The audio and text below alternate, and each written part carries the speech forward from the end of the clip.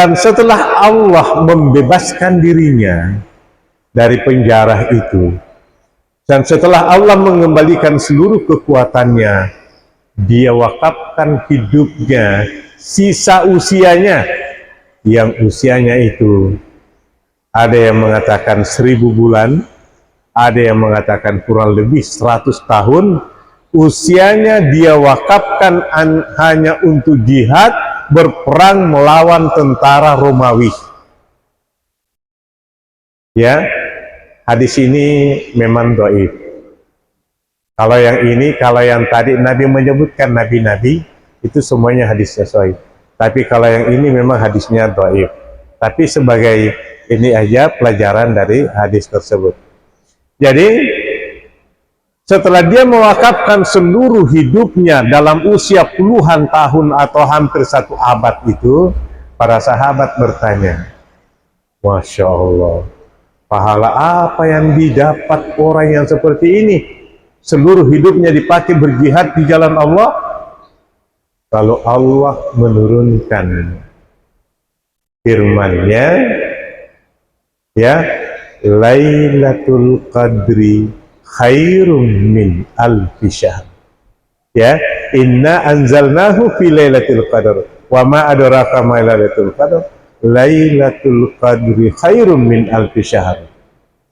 Hai, kamu umat Nabi Muhammad, kata Allah, nggak usah berjuang kayak dia. Usia kamu cuma pendek. Dia pakai 84 tahun untuk berperang itu, ya memang usianya dia panjang. Itu 84 tahun itu sisa usianya ketika dia ditangkap. Ya, itu sisa usia dia wakafkan di jalan Allah. Ya, untuk umat Nabi Muhammad nggak usah ikut seperti itu.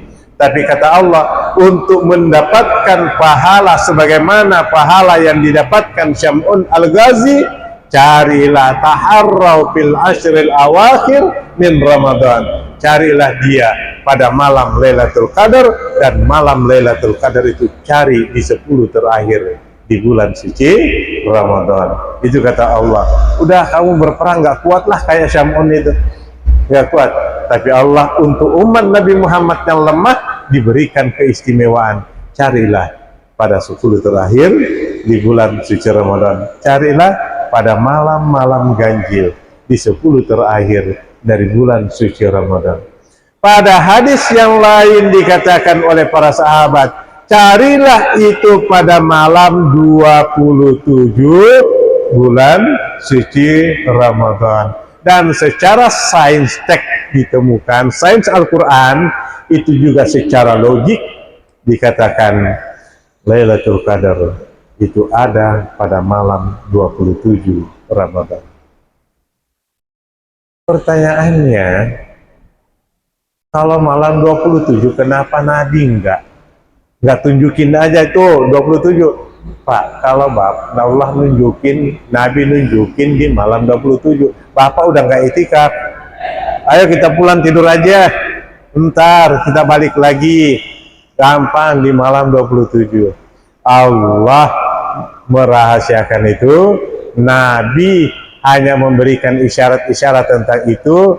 Adapun sahabat yang banyak menceritakan dalam hadis tentang turunnya Lailatul Qadar di malam 27, itu merupakan berkah bagi kita untuk memaksimalkan peluang, kesempatan untuk meraihnya insya Allah. Baik, hadirin yang dimuliakan Allah Subhanahu wa Ta'ala, ajaran Nabi Muhammad ini kan sebenarnya kelanjutan dari ajaran Nabi Ibrahim Ismail alaihissalam. Ya, ajaran beliau itu adalah kelanjutan. Saya ingin kembali kepada sejarah. Tadi saya katakan kita i'tikaf, sejarah dan keutamaannya, maka saya akan kembali dulu ke sejarah. Kalau waktu cukup kita akan tuntaskan. Lalu kemudian nanti kita akan masuk pada surah Al-Isra ayat 4 sampai 7 tentang Bani Israel dan bagaimana Allah membinasakan mereka. Kata Allah, 2 kali mereka itu dibinasakan. Bagaimana prosesnya? Itu mudah-mudahan kita sampai ke sana. Saya biar dapat semuanya, saya lebih singkat-singkat saya. Nabi Ibrahim dikatakan bapak para nabi dan rasul. Khalilur Rahman, kekasih Allah. Pertanyaannya, Nabi Ibrahim istrinya berapa? Ya? 2 ya? Ya. Jadi Nabi Ibrahim itu istrinya dari berbagai bangsa. Ya? Karena Babilonia. Nabi Ibrahim itu kan lahirnya di Babilonia. Ya. Yang kedua, dari Afrika, kerajaan Firaun. Yang ketiga, kerajaan Asia, Campa. Yang keempat, bangsa Arab yang asli Palestina. Jadi Nabi Ibrahim itu istrinya 4. Saya nggak nanya bapak istrinya berapa, enggak. Kita bercerita Nabi Ibrahim itu istrinya 4. Ya kalau bapak istrinya cuma 1, ya udah takdir itu, Mas. Iya. Udah. Ya. Nabi Ibrahim itu istrinya 4. Istri pertama Nabi Ibrahim itu Sarah. Sarah itu sepupunya Nabi Ibrahim. Itu masih keluarga. Sarah itu putri bangsawan Babilonia. Nabi Ibrahim itu ayahnya Azara. Azara itu salah satu menteri Namrud, salah satu menteri di Babilonia. Ya, 2 orang bersaudara ini punya anak, sama-sama pembesar Babilonia. Azara punya putra, namanya Ibrahim. Saudaranya punya putri, namanya Sarah. Sesama bangsawan dinikahkan. Kan dulu itu memang nggak akan mungkin bangsawan nikah dengan di luar itu, karena memang status sosial ketika itu sangat menentukan. Dan Sarah itu kecantikannya luar biasa. Kecantikannya luar biasa. Oleh Al-Baghdadi dalam bukunya Tarikhul Anbiya'i war Rusul, kecantikan Sarah itu 30% dari kecantikan seluruh manusia di muka bumi. Saking cantiknya. Itulah istri Nabi Ibrahim. Ya. Tapi ketika itu belum jadi nabi, ketika dia nikah. Di dunia ini ada 3 manusia yang paling gagah Allah ciptakan. Yang pertama yang Allah ciptakan langsung dengan tangannya sendiri, yaitu Hawa. Hawa itu wanita yang paling cantik.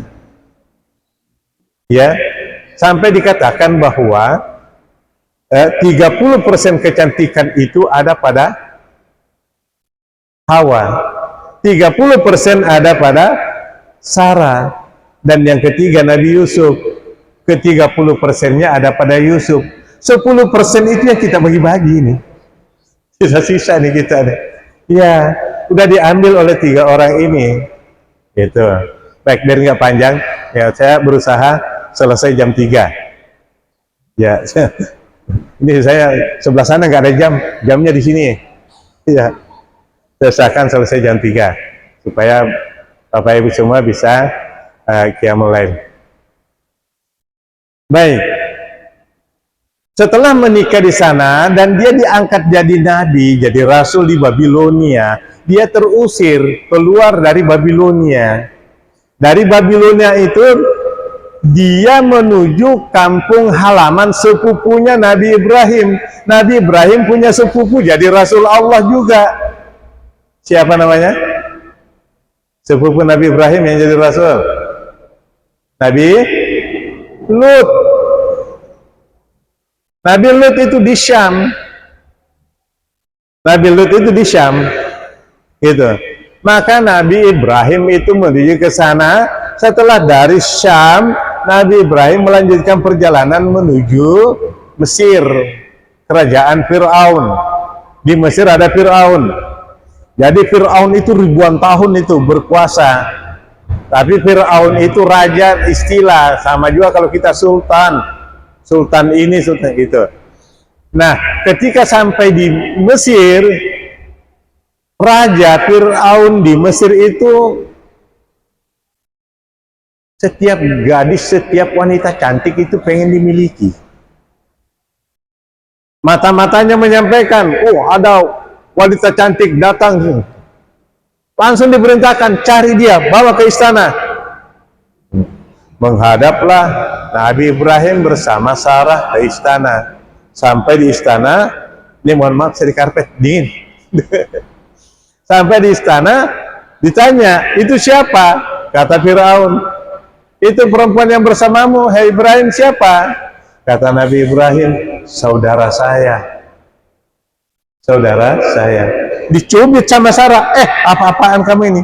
Kan itu istrinya, dicubit. Apa-apaan kamu ini? Dibisikin sama Nabi Ibrahim, saudara seiman. Oh iya. Ya, baru Sarah tenang. Lalu kemudian Sarah dipanggil oleh raja untuk mendekat kepadanya. Setelah dekat dia pengen pegang. Ketika dia hendak memegang Sarah, tangannya ini jadi kayak lumpuh. Lalu kata Fir'aun, tolong doakan kepada Tuhanmu supaya tangan saya ini bisa sembuh lagi. Sama Sarah didoakan, sembuh lagi, balik lagi. Namanya laki-laki nakal, pengen megang lagi. Itu lumpuh lagi tangannya, sampai 3 kali begitu. Nah, setelah ketiga kalinya baru Fir'aun kapok, nggak mau lagi menyentuh-nyentuh Sarah. Nah, sebagai rasa terima kasih dari Fir'aun kepada Nabi Ibrahim karena berkunjung kepada kerajaannya, Fir'aun menghadiahkan seorang gadis cantik namanya Hajar. Hajar itu adalah putri dari bangsawan kerajaan Fir'aun. Jadi coba Nabi Ibrahim ya, Sarah keturunan bangsawan Babilonia, Hajar keturunan bangsawan Fir'aun Mesir. Itu. Maka pulanglah Nabi Ibrahim dengan Sarah, dengan Hajar dan Sarah dari Mesir ke Palestina. Di Palestina ternyata Hajar hamil. Biasa yang punya 2 istri pasti punya pengalaman banyak gitu. Istrinya cemburu. Masalahnya istri pertama belum punya anak. Akhirnya apa? Supaya tidak terjadi keributan keluarga, Nabi Ibrahim memindahkan yang satu ke Mekah. Jadi latar belakangnya sebenarnya itu di samping perintah Allah, itu terjadi kecemburuan di antara istri. Ya, seperti itu. Baik. Istri Ibrahim yang ketiga namanya Kantura. Kantura artinya gaharu. Gaharu nggak ada di Arab. Nggak ada di Arab. Gaharu itu adanya di ASEAN. Iya. Gaharu adanya di ASEAN. Oleh para peneliti, tapi ini sebagian pendapat, tidak disepakatin, sebagian pendapat. Oleh para peneliti dikatakan, Kantura itu gaharu. Gaharu itu adanya di ASEAN. Maka, Kantura istri Ibrahim, itu sebenarnya asalnya dari kerajaan Campak. Jadi, istri Ibrahim yang ketiga itu adalah bangsa ASEAN. Nanti kita lihat hasil penelitian oleh Profesor Dr. Siapa dari Malaysia itu? Saya jadi lupa namanya. Nanti insya Allah akan muncul namanya ntar. Insya Allah. Jadi, Kantura ini nanti yang akan punya anak paling banyak. Sarah punya anak satu namanya Ishak. Hajar punya anak satu namanya Ismail. Kantura punya anak 6. Punya anak 6. Kemudian istri Nabi Ibrahim yang keempat itu orang Palestina asli. Palestina asli. Ya, dinikahi oleh Nabi Ibrahim, namanya Hajun bintu Amin. Hajun bintu Amin, orang Palestina asli. Artinya Arab asli ini. Itu. Itulah 4 istri dari Nabi Ibrahim. Hajun bintu Amin anaknya 5. Nabi Ibrahim itu punya anak 13. 13. Dari mana? Nah, sekarang baca dalam buku Al-Bidayah wan Nihayah jilid 1. Al-Bidayah wan Nihayah itu 20 jilid. Satu jilid itu 800 halaman. 20 jilid. Buka di jilid 1, halaman 740 kalau terjemahannya. Saya lihatnya di terjemahannya. Jadi ada di halaman 740 jilid 1. Oleh siapa? Ibnu Katsir. Kan penulis Al-Bidayah wan Nihayah Ibnu Katsir. Ibnu Katsir itu siapa? Muridnya Ibnu Taimiyah. Ya, baik. Kemudian yang banyak diangkat dalam Quran dua istri pertama, Sarah dengan Hajar. Sarah punya anak setelah tua, tapinya udah usia 90-an, Nabi Ibrahim aja sudah 100 lebih usianya, punya anak yang namanya Ishak. Ishak juga nggak punya anak. Nanti setelah kulitnya agak keriput, baru Allah ngaruniai anak. Anaknya kembar. Siapa? Anaknya kembar. Anak pertamanya namanya Al-Ais. Kalau bahasa Arab panggilannya Al-Ais. Ya. Yang kedua, Yakub. Jadi Nabi Yakub itu anak kedua dari Nabi Ishak. Tapi ini kembar lahirnya, usianya sih sebenarnya sama. Cuma duluan keluar ya ini, Al-Ais ini. Ya. Dari Nabi Yakub nanti inilah yang punya Nabi Yakub istrinya berapa? Ini enak nanya itu istrinya berapa? Ya. Nabi Yakub istrinya berapa? 4. Yang dinikahi 2, budak 2, jadi 4. Keturunan Nabi Yakub itu berapa? Itulah suku-suku Bani Israel. Suku-suku Bani Israel ada berapa? 12. Tapi anaknya Nabi Yakub itu 13. Istri pertamanya namanya Lea. Makanya bapak yang pakai jeans itu nama dari istri Nabi Yakub. Simbol dari Yahudi. Ya, bukan berarti saya bilang, oh pakai jeans Yahudi, enggak. Itu memang simbol mereka, bukan ini. Kemudian istri yang keduanya ini kakak kandung dinikahi, kakak kandung. Jadi anak pertama namanya Lea, anak kedua namanya Rachel. Bapaknya sama, Laban. Di Babilonia. Laban ini adik dari ibunya Nabi Ishak. Adiknya. Persiwa gini. Ketika itu Nabi Ishak, dia kan seorang rasul, mustajab doanya. Dia berjanji akan mendoakan putranya siapa yang menyediakan makanan dari daging kambing, domba. Maka dia minta anaknya ini kan Al-Ais ini dekat dengan Nabi Ishak, sementara Nabi Yakub dekat dengan ibunya. Jadi satu dekat dengan ayah, satu dekat dengan ibu. Lalu kemudian hujan apa? Iya. Wah, ini nih, Pak. Jadi ketika Lailatul Qadar turun pada masa Rasulullah, muka para sahabat ini penuh dengan pasir lagi ya, pasir, karena masjid Nabi itu pasir. air masuk ke dalam. Sahabat sujud ketika qiyamul lail, maka wajah mereka penuh dengan pasir. Kenapa? Pasirnya basah akibat air masuk. Ya, pasir basah dicium ya nempel. Artinya apa?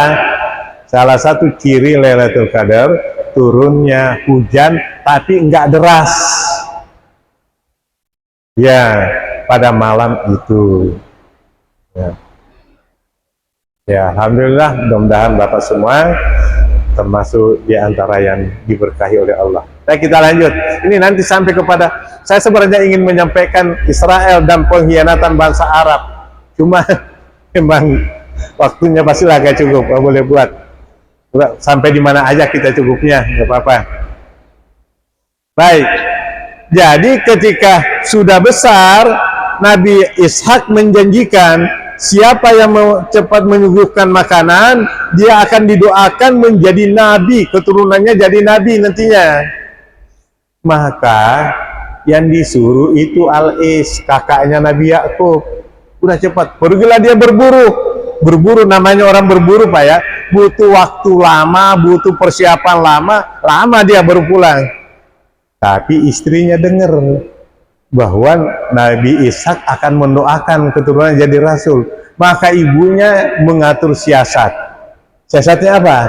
Disuruh Ishak ini, udah kamu cepat sembelih domba, lalu masak, suguhkan buat orang ayah kamu.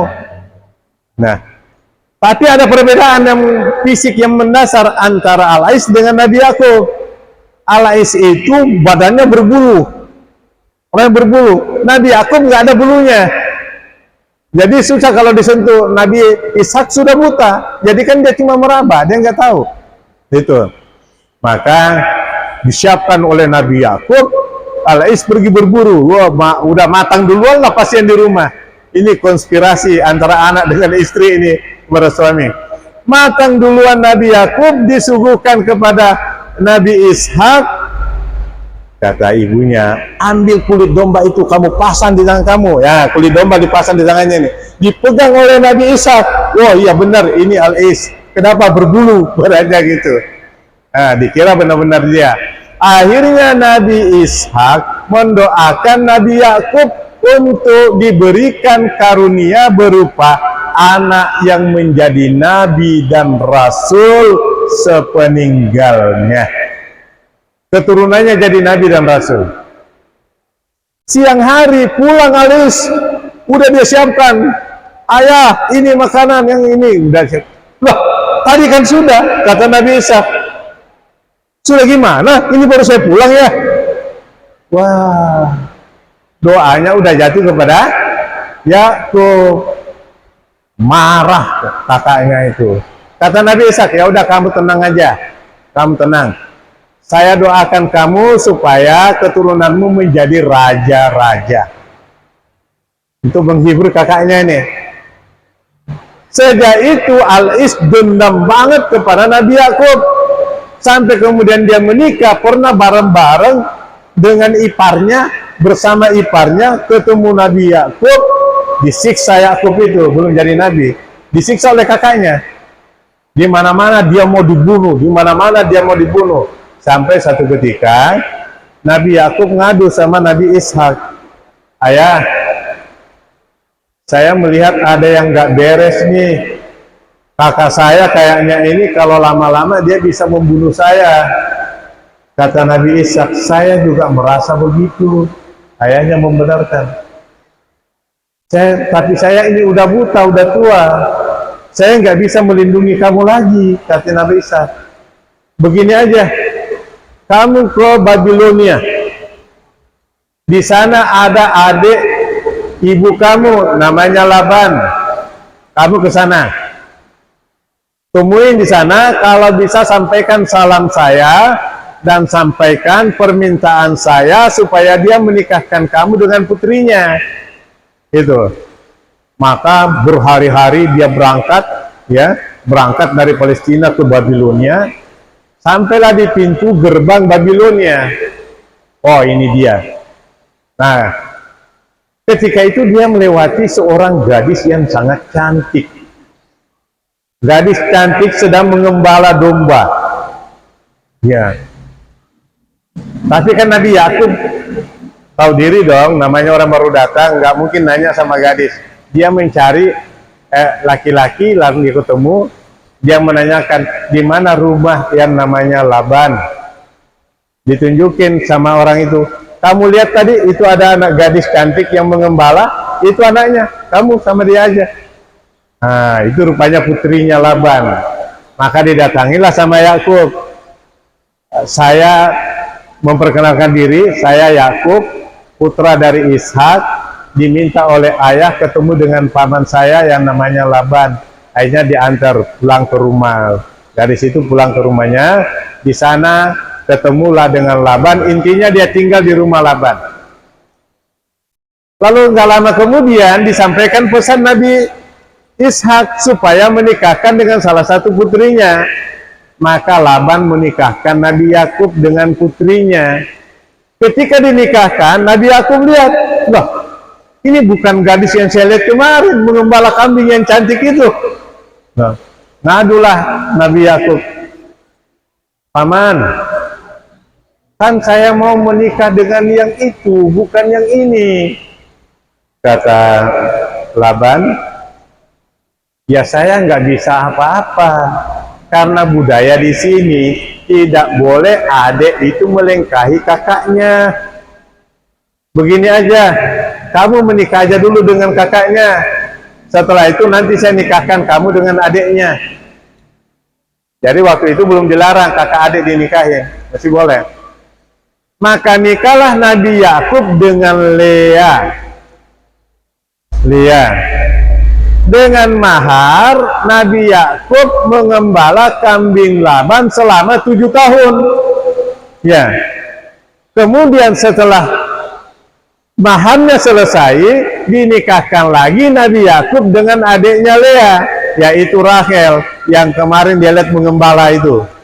Dinikahkan. Maka Nabi Yakub punya 2 istri. Istrinya kakak adik ketika itu, yaitu Lea dan Rahel. Yang punya anak banyak Lea, lahirlah Yahuda, lahirlah Lawi, lahirlah, jadi dia punya 7 anak. Dia punya 7 anak. Tapi 1 perempuan, 6 laki. 1 perempuan namanya Dina, diperkosa anak muda. Maka bersaudara marah, dibunuh yang memperkosanya itu. Ya, oleh anak-anaknya Nabi Yakub ini yang membunuhnya. Maka 6 inilah yang kemudian menjadi bangsa-bangsa Israel, itu suku-suku besar di Israel. Sedangkan Rahel, dia cuma punya 2 anak.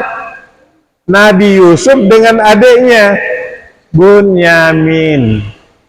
Bunyamin juga udah meninggal lagi. Iya. Jadi Nabi Yusuf itu ibunya Rahel. Rahel itu memang cantik, ya pantas dong Nabi Yusuf ganteng. Ya. Ya. Udah berapa tuh? 6 tambah 2 berapa? Baru 8. Katanya 12 keturunan Nabi Yakub, Bani Israel itu. Rupanya ketika sudah selesai membayar maharnya, Nabi Yakub berusaha dan ternaknya sangat berhasil. Dia udah mau ke Palestina, izin kepada Laban mau ke Palestina. Lalu kata Laban, ya sudah, kamu Lea, saya berikan 1 budak untuk membantu kamu ngurusin urusan rumah tangga. Kamu Rahel, saya berikan 1 budak juga untuk membantu kamu ngurusin rumah tangga kamu. Maka diberikanlah kepada Lea Zalfa dan diberikan kepada Rahel Balha. Zalfa dan Balha. Inilah semua ibu-ibu dari bangsa Yahudi nantinya, Bani Israel. Tadi pertama Lea, kedua Rahel, ketiga Zalfa, keempat Balha. 4 ini. Nah, karena budak kan boleh digauli. Budak, Nabi Yakub menggauli budaknya Lea, yaitu Zalfa, dan dia punya 2 anak. Nabi Yakub menggauli budaknya Rahel, yaitu Balha, dan dia juga punya anak. Masing-masing budak punya 2 anak, berarti ada 4. 8 tambah 4 berapa? 12. Itulah bangsa-bangsa Yahudi atau Bani Israel. Keturunan seperti itu. Baik, lanjut ke bawah. Nabi yang ada melanjutkan yaitu Nabi Yusuf. Antara Nabi Yusuf setelah Nabi Yusuf nggak ada Nabi. Iya, ada 2 generasi itu nggak ada Nabi. Tapi banyak ulama, termasuk nantinya yang namanya Imran, ulama yang namanya Imran, bukan yang dinamai surat Ali Imran, bukan. Imran ini nanti punya anak 2 yang menjadi nabi, yaitu Musa dan Harun. Jadi Musa bin Imran itu nanti. Ya, tapi jarak Nabi Ibrahim ke Nabi Musa berapa? 450 tahun. Ada yang mengatakan 500 lebih. Allahu alam. Baik. Lanjut pada Nabi Musa, terjadilah peristiwa Fir'aun dengan Nabi Musa ya. Kita nggak masuk ke situ. Bani Israel yang dibawa Nabi Musa itu pembangkang, dari situ suka membangkang. Makanya Nabi Musa nggak pernah masuk Palestina. Kenapa? Kan dalam surah Al-Maidah ayat 24 sampai 26. Mereka itu membangkang sampai Allah kutuk. Yatihuna fil ardi arba'ina sana. Mereka kesasar di muka bumi selama 40 tahun. Jadi 40 tahun ini gimana? 40 tahun mereka tidak bisa masuk Palestina. Kesasar di situ aja. Generasi Nabi Musa, kenapa 40 tahun? Karena generasi Nabi Musa akan dimusnahkan. Termasuk Nabi Musa. Mati semua, ya, sudah mati semua orang yang seusia Nabi Musa. Generasi berikutnya itulah yang masuk Palestina. Jadi Nabi Musa, Nabi Harun nggak pernah nginjak Palestina. Nanti Nabi yang berikutnya masuk Palestina bersama Israel. Siapa Nabi berikutnya yang menjadi muridnya Nabi Musa ketemu siapa? Nabi Khidir. Ketemu Khidir. Kan kata Nabi Musa, ayo kita lapar nih, minta makannya. Lalu pembantunya bilang, waduh tadi ikan kita loncat ke laut, gitu. Nah itu pembantu Nabi Musa. Ini nanti yang menjadi Nabi, namanya Yusha bin Nun. Itu pelanjut dari Nabi Musa alaihissalam. Inilah yang membawa Israel masuk ke Palestina. Baik, saya agak loncat. Cepat. Terjadi Patra, lalu kemudian Allah mengutus raja. Siapa itu? Talut. Yang diabadikan dalam Al-Quran itu. Talut ini nantinya menjadi raja menghadapi Raja Jalut. Ketika terjadi pertempuran, ada prajuritnya Raja Talut yang hebat, kemudian membunuh Raja Jalut. Siapa dia? Nabi Daud alaihissalam. Jadi Nabi Daud ini mantunya Raja Jalut. Karena Raja Jalut mengumumkan, siapa yang berhasil membunuh Jalut, maka saya akan menikahkan dia dengan salah satu putri saya. Yang membunuh siapa tadi? Nabi Daud. Maka dia dinikahkan dengan putri Raja Jalut. Kemudian dialah yang melanjutkan kerajaan. Daud alaihissalam diberikan karunia beberapa anak. Anak sulungnya sebenarnya cerdas, tapi rupanya bukan dia yang dipilih oleh Allah menjadi raja. Allah memilih Sulaiman. Ya, Sulaiman. Jadi Sulaiman bin Daud itu putra dari Raja Daud. Nabi Sulaiman putra dari Raja Daud. Kemudian Bapak Ibu, antara Daud ke Sulaiman itu cuma kurang lebih 70 tahun kerajaannya runtuh. Nabi Sulaiman meninggal, dilanjutkan oleh putranya. Ya, siapa putranya? Namanya Rahban. Rahban itu siapa? Rahban bin Sulaiman bin Daud, cucunya Nabi Daud, anaknya Nabi Sulaiman, namanya Rahban. Dia yang jadi raja. Karena Nabi Sulaiman begitu hebat dan kaya raya, dia pengen kayak ayahnya yang kaya raya gitu. Tapi dia bukan nabi. Jadi dia tidak bisa merintah jin, dia tidak bisa memerintah ini, nggak bisa. burung, angin, nggak bisa, tapi pengen kayak ayahnya. Gimana caranya? Dilipat gandakan pajak itu jadi 10 kali lipat. Maka orang Yahudi Bani Israel marah, nggak suka, kan mereka diperes jadinya. Akhirnya terjadilah perpecahan di Bani Israel. 10 suku membangun kerajaan di bagian utara, 2 suku yaitu tadi Rahban membangun kerajaan di bagian selatan. Itulah di kemudian hari namanya kerajaan Juda, ya, Judaisme, kerajaan Juda itu di selatan. Di utara 10 saudara-saudaranya. Siapa di selatan? Keturunan Nabi Yusuf. Siapa keturunan Nabi Yusuf? Yaitu Manaseh. Manaseh itu siapa? Putra pertama Nabi Yusuf. Ya, dengan siapa? Dengan Lawi. Baik, di situ terpecah Bani Israel menjadi 2. Kemudian tiba-tiba yang di utara ini, kerajaan Bani Israel di utara diserang oleh bangsa Assyria. Diserang. Akhirnya mereka kocar-kacir, melarikan diri, bergabung lagi di selatan. Siapa tadi pimpinannya di selatan? Rahban. Ya, Rahban. Itu putranya Nabi Sulaiman. Yang menjadi raja di utara siapa? Panglima perangnya Nabi Sulaiman. Ya, itu panglima perangnya. Rahban dengan Yasben. Ya. Maka setelah mereka gabung di selatan semua, karena utara udah diserbu oleh Assyria, maka mereka nurut sama apa sistem yang ada di situ. Dia mengikuti. Baru aja tenang, tiba-tiba mereka diserang oleh Fir'aun, oleh Raja Naho. Bukan Nyaho, gitu ya. Naho itu nama Raja Fir'aun di Mesir, menyerang, kalah Assyria, gitu. Tapi orang Yahudi masih boleh tinggal di Palestina, masih tenang boleh tinggal di Palestina. Tiba-tiba si bengis dari Babilonia, Nebukadnezar, yang paling terkenal itu ya, Nebukadnezar memimpin pasukan dari Babilonia, menghancurkan seluruh Israel, meruntuhkan semua bangunan, ya, semua bangunan diruntuhkan, dan ulamanya ada 300 ditawan jadi budak, ulama-ulama jadi budak. Nah, di mereka juga ada rasul di tengah mereka, dijadikan budak juga. Namanya Rasul Daniel. Itu jadi budak. Dibawa ke Babilonia, dijadikan pekerja di sana sebagai budak. Itu. Yahudi ini kan pinter ekonomi. Jago kalau soal ekonomi, dagang luar biasa. Dia terus berdagang, ekonominya maju. Dia diam-diam kerjasama dengan Persia.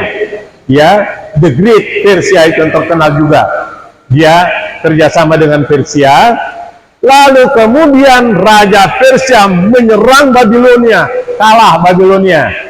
Dikembalikan lagi Bani Israel ke Palestina, ya, dan Yahudi boleh tinggal di Persia. Itu sebabnya di Iran sampai sekarang ada 20.000 Yahudi. Bahkan sebelum ada Israel, ada lebih 200.000 Yahudi, tapi sebagian sudah pindah ke Israel. Itu latar belakangnya. Kenapa ada kok Yahudi di Persia? Itu tadi latar belakangnya. Lagi menikmati semua ini raja-raja ini, Persia lagi menikmati kemenangan, Israel juga mulai membangun kerajaannya, Fir'aun di Mesir juga sama. Tiba-tiba Alexander Agung dari Yunani menyerang 3 kerajaan sekaligus. Fir'aun di Mesir, Israel di Palestina, Persia, 3 kerajaan, semua hancur. Itulah riwayat tamatnya Fir'aun. Jadi kerajaan Fir'aun itu sebelum Nabi Ibrahim udah ada, dan dia tamat di tangan Alexander Agung. Itu. Maka Bapak Ibu yang dimuliakan Allah, hancur Palestina, hancur Israel. Ketika mereka hancur seperti itu, lalu dulu Pak, langit ini dulu bebas. Jin ke atas langit mencuri informasi bebas. Dulu bebas. ini apalagi nih keputusan Allah. Wah, disampaikan lagi ke paranormal. Apalagi disampaikan lagi. Itu dulu. Sebelum Al-Quran turun. Setelah Al-Quran turun, maka tidak ada lagi satu setan pun, satu jin pun yang dapat menjangkau langit. Karena setiap ada yang naik, maka dia langsung dibakar, dilempar dengan api sehingga mereka terbakar. Kapan itu? Sejak Quran turun di muka bumi, nggak ada lagi. Makanya dulu paranormal pada bangsa-bangsa Yahudi selalu benar. Kenapa benar?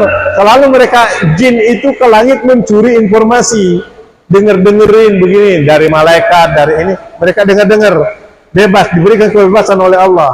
Tapi setelah Quran ada, nggak ada lagi. Paranormal sekarang bohong semua, pasti nggak ada benarnya. Iya, karena sudah tertutup pintu langit bagi mereka. Jam berapa? Dikit lagi, masih ada 8 menit. Ya, saya buru ya. Bapak Ibu yang dimuliakan Allah. Jadi setelah mereka berantakan seperti ini, Yahudi Israel melarikan diri ke seluruh penjuru bumi, ke Afrika, Eropa, ke Asia. Mereka melarikan diri. Ketakutan ini sudah hancur gitu. Tapi sebelum mereka melarikan diri, seluruh ulama, seluruh paranormal Yahudi meramalkan bahwa yang akan menjadi penguasa akhir zaman adalah keturunan dari Manase. Manase itu adalah putra sulung dari Nabi Yusuf. Karena dialah yang menjadi raja terakhir pada saat Nebukadnezar menghancurkan Palestina. Maka semua ulama dan seluruh peramal Yahudi mengatakan dari keturunan Manase nanti akan menjadi penguasa di akhir zaman. Ketika Amerika menjadi negara superpower, maka salah satu ilmuwan Yahudi bernama Ralph Olson, ya, dia mendirikan pusat riset di Amerika. Dikira bahwa itu udah keturunan Manase. Maka semua Yahudi di Amerika diriset, diteliti DNA yang ada di Amerika itu. Ternyata Amerika itu bukan keturunan Manase. Amerika itu keturunan Lawi. Makanya Bapak Lawi Levi. Lawi itu asalnya, lalu bahasa Levi. Itulah ada Levi's. Levi's itu sebenarnya nama Yahudi. Ya, ada Levi. Oh, Yahuda bukan dari keturunan Manase, Nabi Yusuf. Itu. Maka mereka meneliti, pindah lagi ke Jerman, dipusatkan di Jerman. Ini saya sampaikan ini apa? Jurnal, terus aja. Ini saya sampaikan jurnal. Pindah ke Jerman, semua Eropa diteliti lagi. Dan ternyata Eropa itu bukan keturunan Manase, tapi dia keturunan Yahuda, dia keturunan Yahudi yang lain. Lalu kemudian mereka membangun lagi pusat riset di Singapura. Maka dicari lagi dan ini ada yang agak aneh. Di tempat pertama, ini udah ingat saya nama tadi yang saya lupa sebutin itu, yaitu Profesor Dr. Zafarina. Ya, Profesor Dr. Zafarina dalam jurnalnya dia katakan bahwa setelah diteliti DNA bangsa Melayu itu usianya lebih 40.000 tahun. DNA bangsa Yuan, kan katanya Indonesia itu keturunan Cina. Ya, itu Gus Dur doang yang bilang itu bukan riset. Kalau menurut riset enggak demikian. Jadi DNA bangsa Yuan itu cuma 23.000 tahun, sementara DNA bangsa Melayu itu lebih 40.000 tahun. Pertanyaannya, bagaimana mungkin yang lebih tua keturunan dari yang lebih muda? Kan nggak mungkin.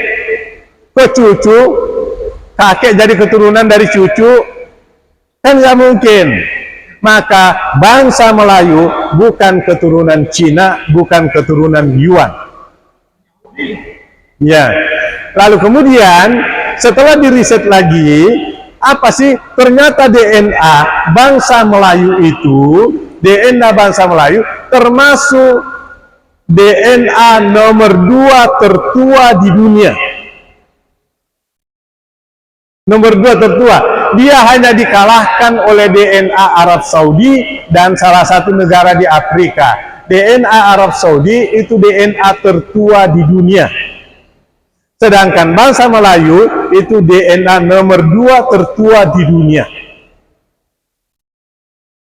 Udah nyambung belum dengan Nabi Ibrahim tadi? Itu sengaja saya bercerita tentang istri Nabi Ibrahim. Kenapa? Karena DNA tertua itu keturunan Nabi Ibrahim. Oleh karena itu, istri ketiga Nabi Ibrahim inilah yang membawa darah, keturunannya yang membawa darah itu, sehingga DNA bangsa Melayu tertua nomor 2 di dunia. Itu ya. Kemudian diriset lagi, ditemukan ternyata DNA bangsa Melayu itu 62,7% itu DNA Yahudi. Bapak Yahudi semua. Aduh, 62,7% bangsa Melayu itu DNA-nya Yahudi. Ya. Lalu kemudian dicari lagi di mana sih letak keturunan Manase ini. Keturunan Manase ternyata ditemukan di mana? Adanya di Afghanistan. Lah kan itu muslim semua. Rupanya keturunan Manase itu sudah Islam semuanya. Maka dikatakan DNA Manase sudah menyatu dengan DNA keturunan Rasulullah Sallallahu Alaihi Wasallam. Sampai ada yang mengatakan, kenapa Afghanistan itu tidak pernah lepas dari cengkeraman negara-negara superpower? Karena sebenarnya mereka tahu ini yang akan menjadi penguasa akhir zaman. Maka mesti dimusnahkan, mulai dari Inggris, Soviet, Amerika. Maka mereka ingin memusnahkan, tapi nggak bisa, semuanya kalah. Ya Allah yang berkehendak.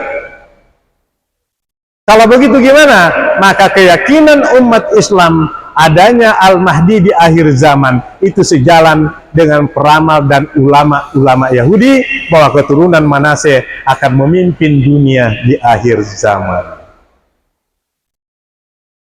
Maka kita harus bersiap untuk sampai ke situ. Terakhir, mohon maaf terakhir karena ini udah waktu Qiyamul Lail ya. Saya tidak masuk kepada pengkhianatan bangsa-bangsa Arab kepada Palestina. Saya pikir itu panjang lagi. Tapi yang pasti pertama mengkhianati itu Mesir. Jadi konferensi tingkat tinggi bangsa Arab di Khartoum, Sudan, ya, diputuskan bahwa ada istilah trinos. Tidak boleh ada kerjasama, tidak ada hubungan diplomatik, tidak boleh ada komunikasi dengan Israel itu yang pertama mengkhianati itu Mesir. Yang kedua mengkhianati itu Yordan. Yang ketiga mengkhianati itu Uni Emirat Arab. Yang keempat mengkhianati itu Maroko. Yang kelima mengkhianati Sudan. Sampai mereka mengkhianati Palestina. Justru yang tidak pernah ada kerjasama dengan, tidak ada perjanjian kerjasama dengan Israel, tinggal Arab Saudi, Yaman. Kenapa Arab Saudi enggak? MBS bilang begini, kalau kami kerjasama dengan Israel, mati kami oleh rakyat kami, takut dia sama rakyatnya. Itu. Dia takut sama rakyatnya. Tapi oke, kita lewatin aja itu. Bapak Ibu, dalam sebuah hadis, tapi mohon maaf saya belum meneliti hadisnya. Cuma yang membacakan hadis ini mengatakan, saya ambil dari Sahih Bukhari. Dia katakan apa? Nabi mengatakan, Palestina nanti itu, bukan Palestina, maaf,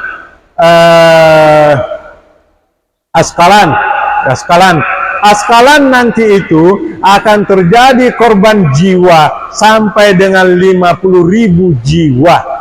Askalan itu apa? Satu kecamatan yang ada di Gaza, itu Askalan. Itu nanti akan gugur sampai 50.000 jiwa. Sampai apabila pemimpin yang suci dibunuh, maka Allah akan mengutus pemuda yang suci ikut berjihad dengan mereka. Dan apabila pemuda yang suci sudah diutus oleh Allah untuk berjihad dengan mereka, maka bersiaplah, karena itu adalah awal dari kebangkitan Islam. Oleh karena itu, Bapak Ibu yang dimuliakan Allah, kita harus optimis memandang situasi yang ada sekarang, tapi bentuk optimisme kita ialah bantu semaksimal mungkin saudara kita di Palestina, biar Allah menguatkan mereka, paling tidak dalam bentuk doa, kalau bisa dalam bentuk materi, karena fisik juga nggak mungkin kita ke sana. Ya, mudah-mudahan kita termasuk di antara generasi yang mendapatkan kesempatan emas itu, kesempatan istimewa itu. Semoga Allah memanjangkan usia kita. Masih ada beberapa peristiwa ini, tapi saya pikir Bapak Ibu bisa membacanya langsung dari sumbernya, insya Allah. Terima kasih. Wassalamualaikum warahmatullahi wabarakatuh.